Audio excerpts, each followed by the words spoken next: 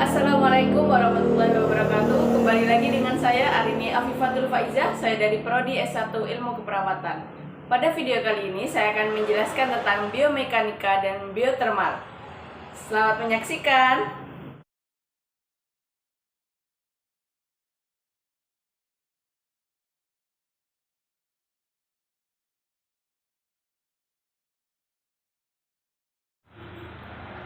Biomekanika adalah cabang yang mempelajari tentang struktur, fungsi, dan gerakan dari aspek mekanis sistem biologis pada tingkat apapun dari seluruh organisme hingga organel, sel, dan organel sel menggunakan metode mekanika. Biomekanik merupakan salah satu cabang dari biofisika.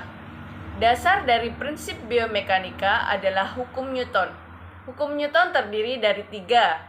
Yang pertama yaitu hukum 1 Newton, yang kedua hukum 2 Newton, dan yang terakhir adalah hukum 3 Newton.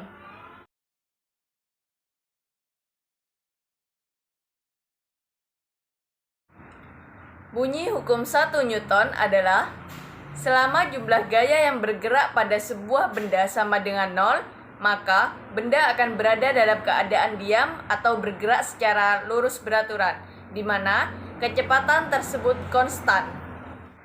Contohnya adalah ketika tubuh dalam keadaan istirahat, semua otot dan organ lain dalam keadaan rileks. Maka ketika kita ingin menggerakkannya harus dimulai dari perlahan-lahan. Jika secara tiba-tiba digerakkan, maka kemungkinan akan mengakibatkan cedera pada organ tersebut.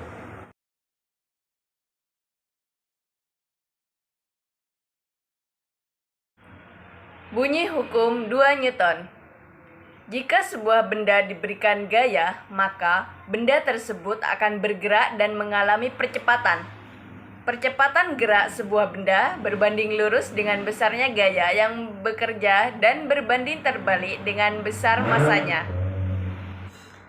Rumus dari hukum 2 Newton adalah F besar sama dengan M kecil kali A kecil, di mana F besar adalah gaya dengan satuan Newton, M kecil adalah massa dengan satuan kilogram, dan A kecil adalah percepatan dengan satuan meter per sekon kuadrat. Konsep berat sama dengan gaya gravitasi berat, merupakan hasil kali antara massa dengan percepatan gravitasi, atau bisa disebut W sama dengan M kecil kali G kecil. Contohnya adalah gaya otot yang diperlukan akan lebih besar ketika mengangkat beban yang lebih berat dibandingkan dengan mengangkat beban yang lebih ringan.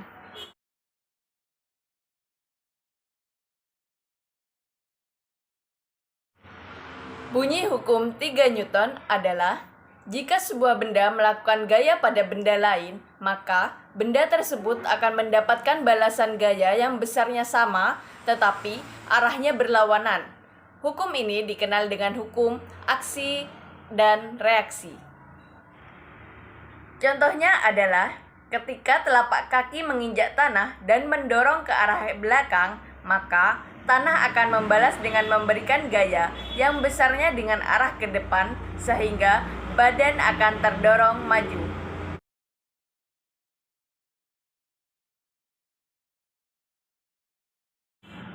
Macam-macam biomekanika dibagi menjadi 2, yaitu biostatik dan biodinamik. Biostatik adalah bagian dari biomekanika umum yang hanya menganalisis tubuh pada posisi diam atau bergerak pada garis lurus dengan kecepatan seragam atau uniform. Biomekanik adalah bagian dari biomekanika umum yang berkaitan dengan gambaran gerakan-gerakan tubuh tanpa mempertimbangkan gaya yang terjadi atau kinematika dan gerakan yang disebabkan gaya yang bekerja dalam tubuh atau kinetik.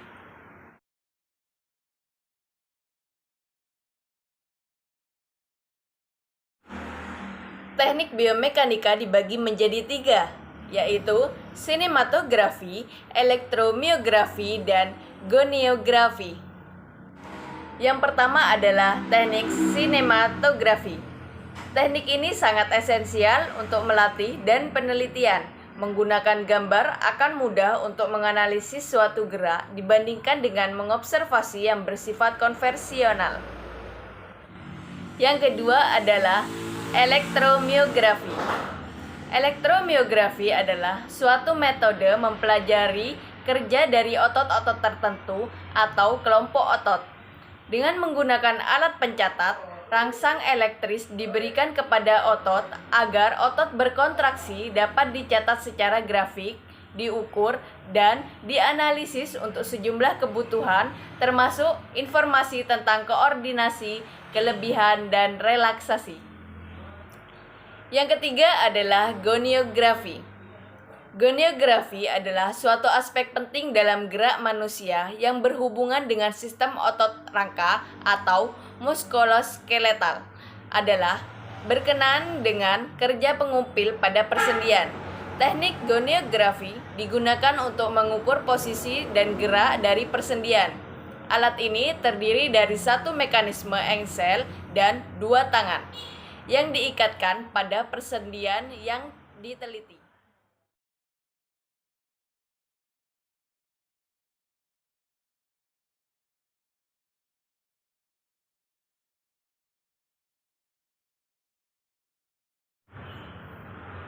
Macam-macam biotermal ada dua, yaitu suhu dan termometer.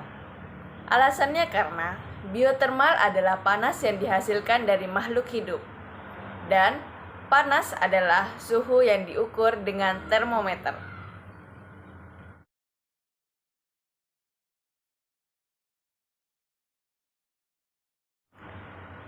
Konduksi adalah peristiwa perpindahan kalor melalui suatu zat tanpa disertai dengan perpindahan partikel penyusunnya.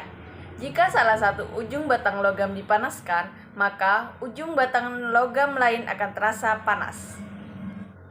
Perpindahan kalor secara konduksi disebabkan karena partikel-partikel penyusun ujung zat yang bersentuhan dengan sumber kalor bergetar.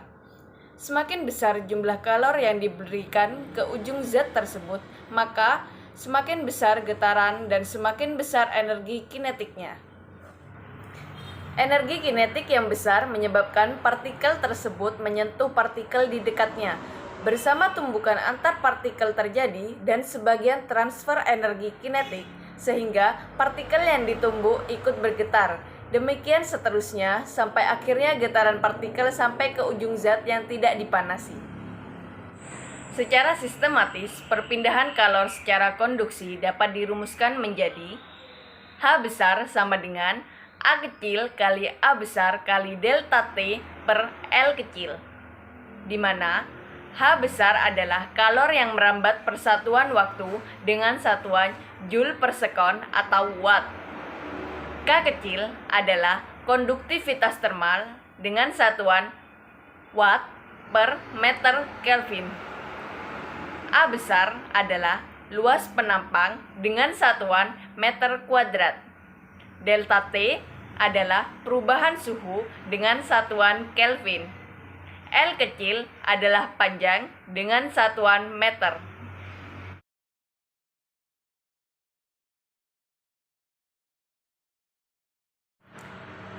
Evaporasi atau proses penguapan merupakan perpindahan kalor yang didasarkan pada peristiwa pemanasan atau proses pembakaran. Dalam hal ini terjadi pemindahan panas yang didasarkan pada evaporasi. Sumber panas hanya dapat kehilangan panas. Contoh lain dari evaporasi adalah air yang dipanaskan kemudian menguap menjadi gas.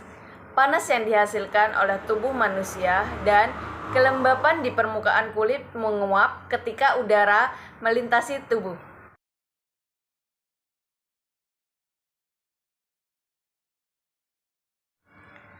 Konveksi adalah peristiwa perpindahan kalor yang disertai dengan perpindahan partikel-partikel zat. Perpindahan kalor secara konveksi dapat terjadi pada saat zat cair dan zat gas. Perpindahan kalor terjadi karena terdapat perbedaan massa jenis zat. Air merupakan konduktor yang buruk. Namun, ketika air bagian bawah dipanaskan, ternyata air bagian atas juga ikut terasa panas. Saat air bagian bawah mendapatkan kalor dari pemanas, partikel air memuai sehingga menjadi lebih ringan dan bergerak naik dan digantikan dengan partikel air dingin dari bagian atas. Dengan ini, panas air dari bagian bawah berpindah bersama aliran air menuju bagian atas. Proses ini yang kemudian disebut dengan perpindahan kalor secara konveksi. Secara sistematis, perpindahan kalor secara konveksi dapat dirumuskan menjadi H besar sama dengan H kecil kali A besar kali delta T, di mana H besar adalah kalor yang merambat persatuan waktu dengan satuan Joule per sekon atau watt. A besar adalah luas penampang dengan satuan meter kuadrat. Delta T adalah perubahan suhu dengan satuan Kelvin. Dengan H kecil adalah koefisien konveksi yang nilainya bergantung pada bentuk dan kedudukan permukaan, yaitu tegak, miring, mendatar, menghadap ke bawah, atau menghadap ke atas.